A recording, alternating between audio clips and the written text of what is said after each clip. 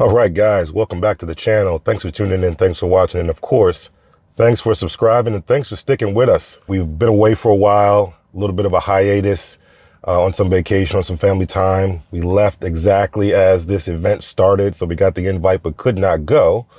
But now we're back. So we just wanted to catch you guys up on our thoughts. I know you guys have been messaging us on X and messaging us on YouTube, trying to get our thoughts on all the things that have unfolded since we left, since this Robotaxi event.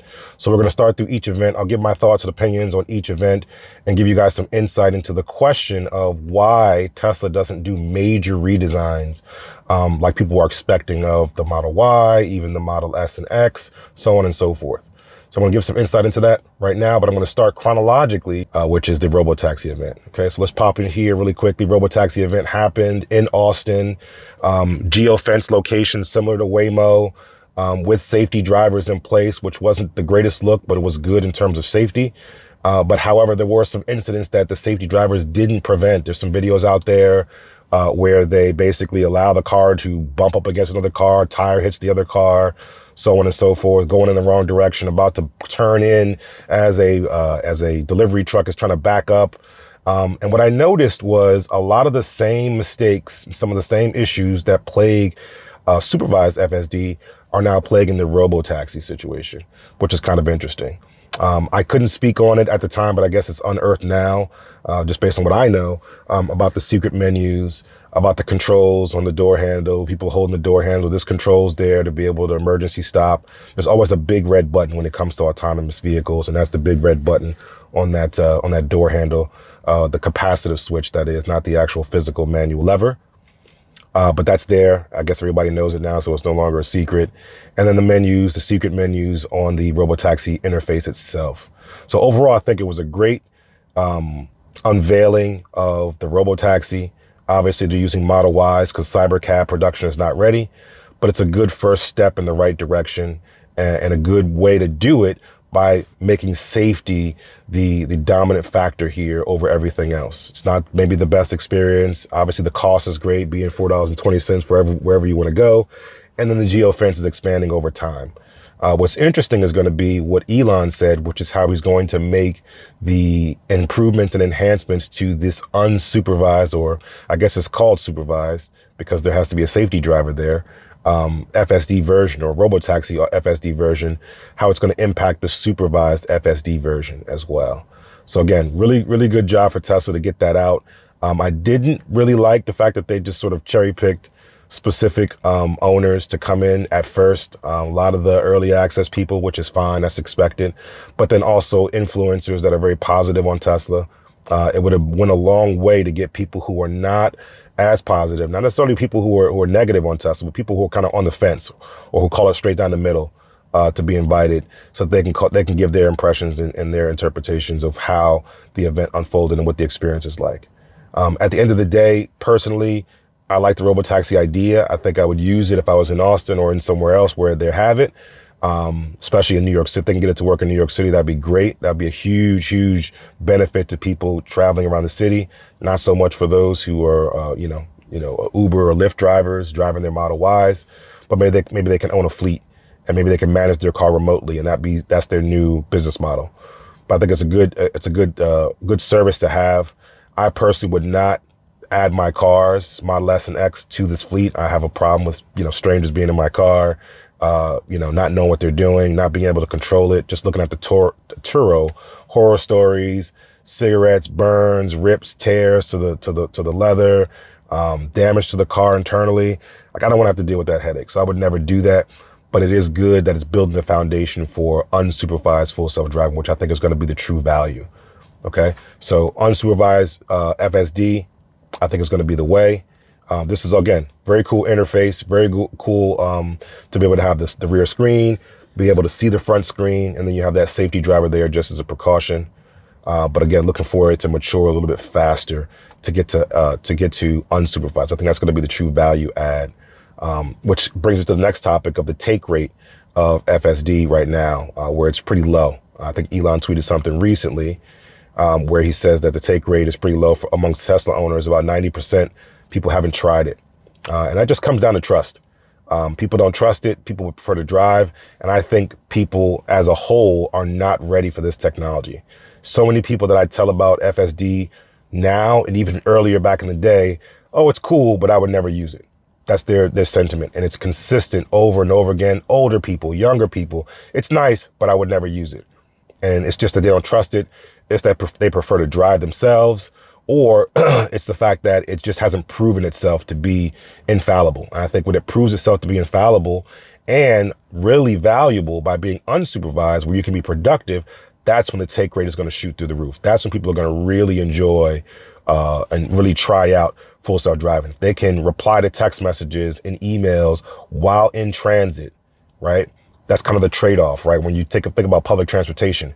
If I take public transportation, I can do all the multitasking I need to do. I can have my computer, I can write emails, I can reply to texts, I can research stuff, I can watch videos, I can do whatever I need to do and not have to concentrate on driving from point A to point B. The problem is you're on someone else's time and on someone else's route, making multiple stops, doing things that, aren't necessarily getting you to your destination faster.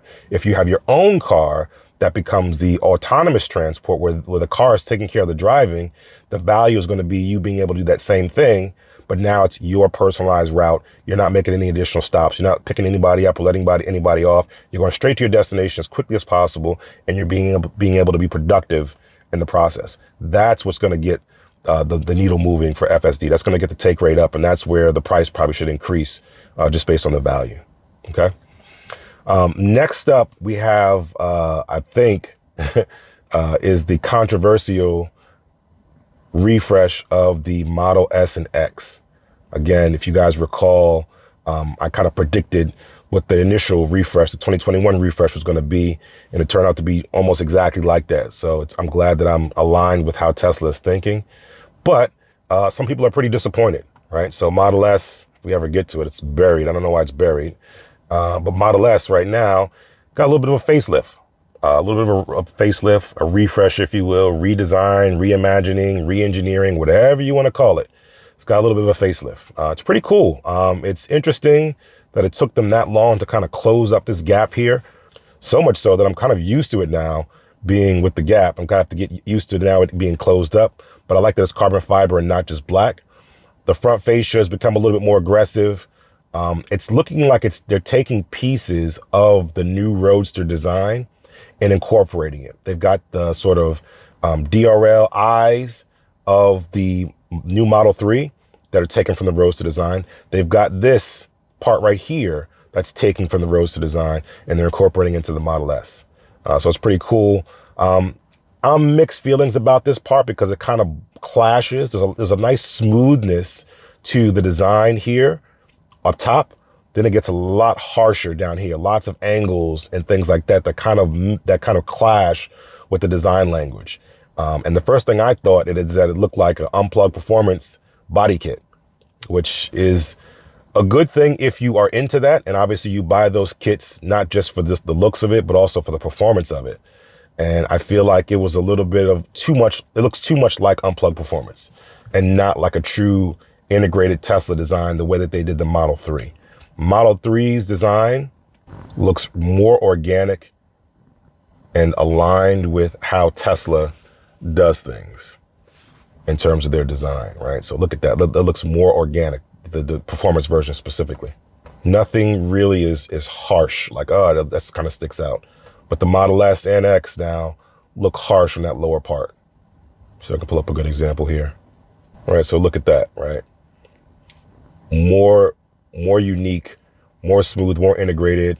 This is the sharpest line, and then everything else is nice and smooth. Nice and smooth. It all flows together nicely. Whereas the S is a little bit different. The S kind of gives those harsh lines. And if I go to the vehicle itself, see if I can view it here and order this, you'll start to see the harsher lines at the bottom that kind of clash. Let's go plaid. I like the differentiation between the models, but this is just like black underneath, the color there. Now in black, it probably looks great because everything is kind of flowing together, but the harshness of these lines kind of disrupt the design, the overall design language. I think the same applies to the back as well, the rear as well. Side is not so bad. Well, side is kind of bad. It's kind of boxier here because they make this front fender part stick out a little bit more, front diffuser. And then the rear diffuser sticks out a little bit more as well, more aggressive, which I can appreciate, but you know, the wheels, not really a fan of. Again, it just gives, and I don't want to use unplugged performance as the mainstay, but it just gives the tuner mod feel to it versus organic and natural to the design language of Tesla. Like Tesla didn't build this, it's like someone else built it, and we're putting a body kit on it, almost like a video game. So I understand it. I understand what they needed to do. They put the interior light strip on it as well. They got that integrated into here. I knew they were going to do that because they weren't going to change it. But overall, it's pretty much the same car, just exterior wise, some changes. And I'm okay with that. I've been buying this car now 6-7 times over again over the last almost 10, 11 years. So I love the car. It's definitely the right car, definitely the right size for me and my needs. And it definitely performs the way that I need to perform. And it's been consistent in its looks overall. This is probably the furthest departure from the looks, but they're not going to do a full redesign. And the reason why they're not going to do a full redesign and totally reimagine this car or totally reimagine the Model X is because of one particular thing. And that is 2018 production hell. That event crippled Tesla's ability to create and re-innovate cars at scale. Because of the high demand of the Model 3 and the levels of testing of autonomy versus not autonomy that they had to use to be able to manufacture efficiently Model 3, they are totally off of complete redesigns. Instead, what they're going to do is they're going to change the front fender, the rear fender, some internal components so that the overall manufacturing process stays largely the same. That's what they did for the Model Y. That's what they did for the Model 3. That's what they did for the Model S and X, Model S originally and X. And that's what they did again for the Model S and X. So they're not going to do a redesign. That's the thing that hurt Tesla the most. And that's like a painful PTSD situation that's going to prevent them from creating brand new reimaginings of their cars. They'll come out with a new car like the Cybertruck. They'll come out with a new car like the Cybercab, which also looks like it shares some components with the Model Y. It's kind of similar in design, which is why they're probably using Model Y in the interim.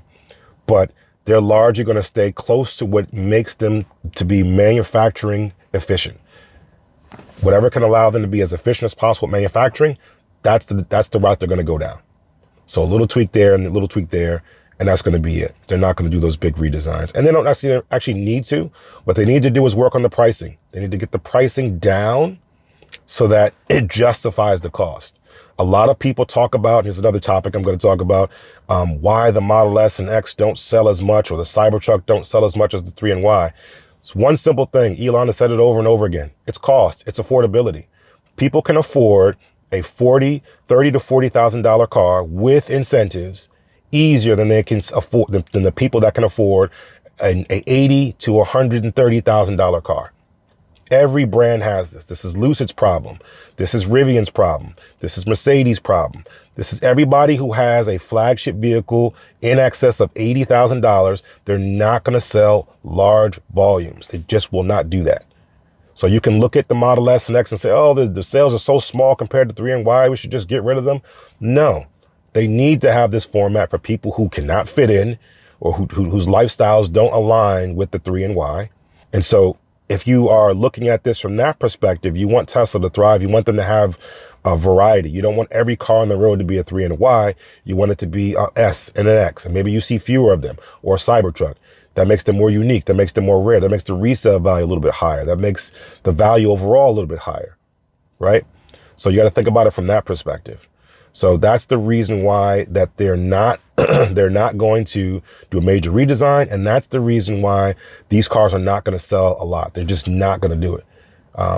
There's not a lot of people who can afford cars at this level. We are super blessed and humbled to be able to do that, but not a lot of people can do that. And if people can do that, some people choose and opt to be a little bit more frugal and go with the 3 and the Y, especially if it suits their needs, right? So they're going to pay that money plus the incentives. So it makes more sense. Like I said before, the Model Y is the best value for the money that you can get. That is the best value for the money car in general, overall, let alone in Tesla, that you can get. Is it the best Tesla they sell? No. Is it the best selling Tesla they have? Absolutely, because it's the best value for the money and it's more affordable than everything else in terms of the value that you get for the money that you're paying. All right.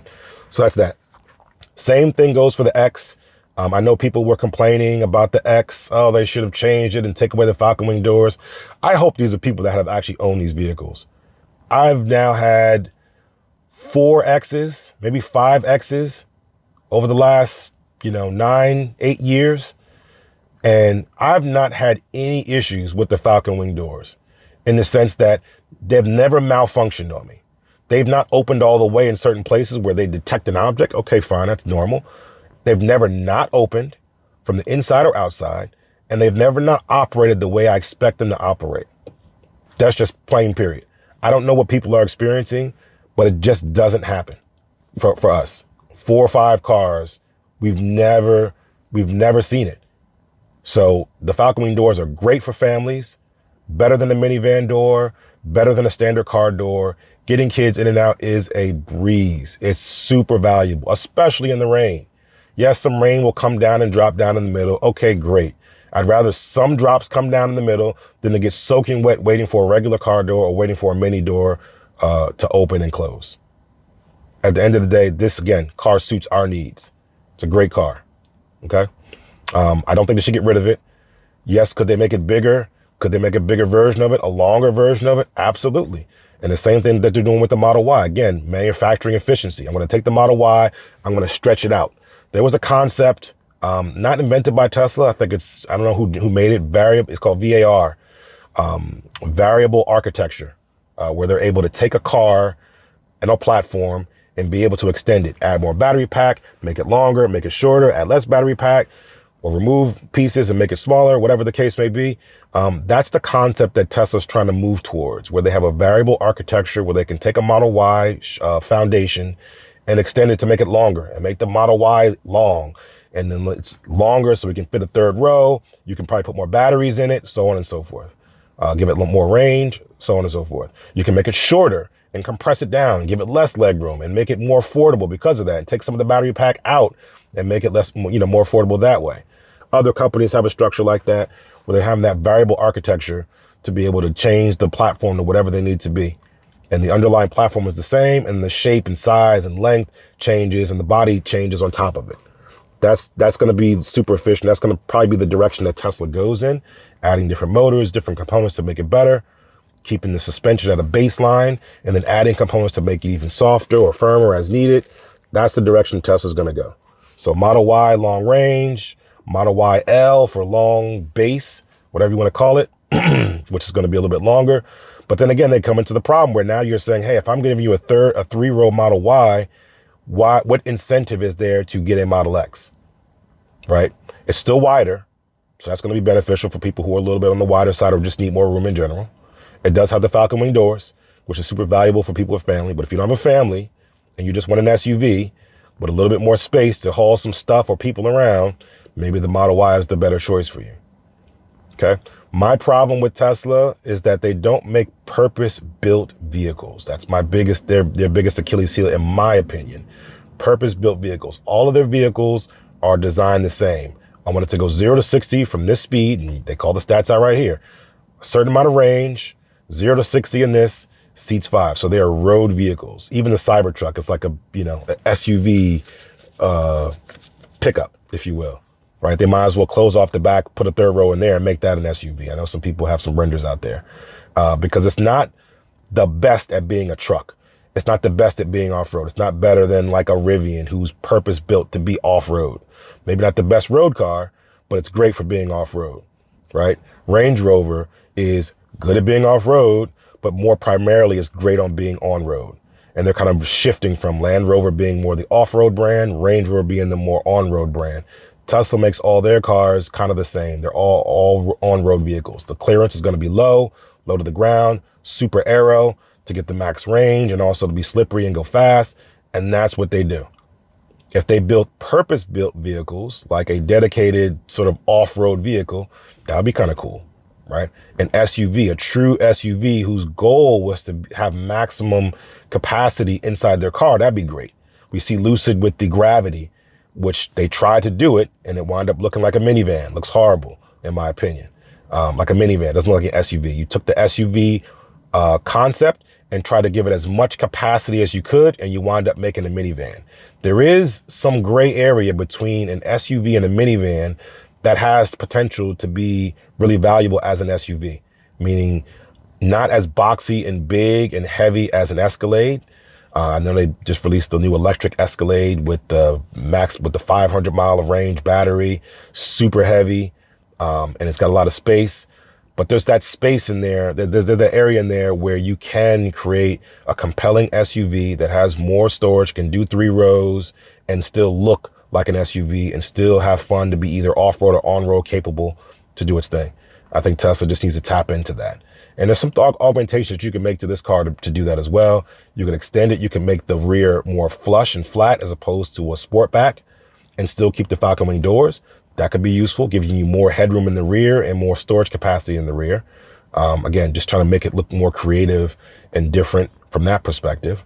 But there's some things that you can do.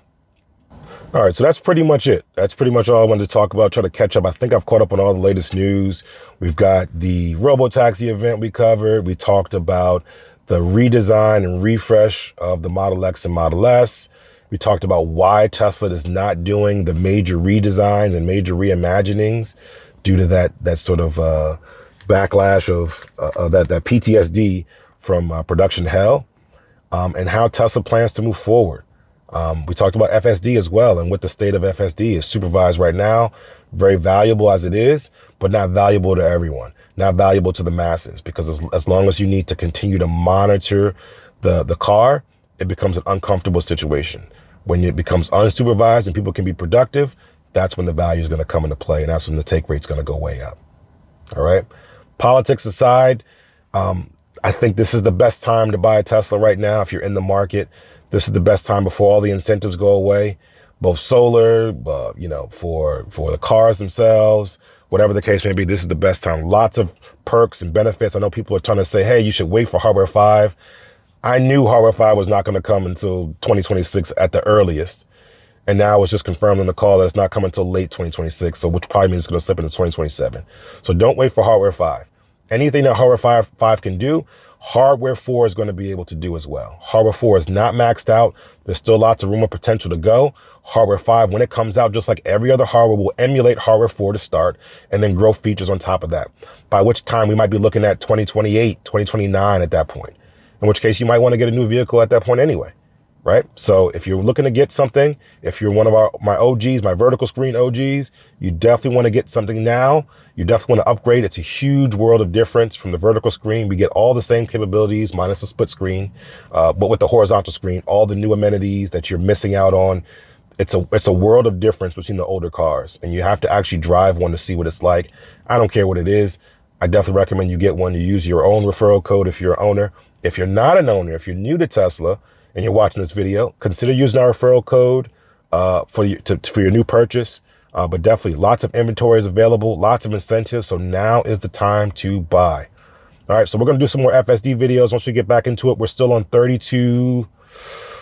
We're in 13.2.9, but the software build that we're on is the latest and greatest on 2025 26.4. Okay. We got Grok, we got the dash cam update. Pretty disappointing. We'll talk about that in the next video. And then we also have the audio updates as well for the audio profiles. But let me know your thoughts in the comments about some of the topics we talked about. I know we've been away for a while. We're back now, back in the saddles. We'll be back in the mix of making videos at a more frequent clip. Until the next time, enjoy your day, enjoy your Tesla.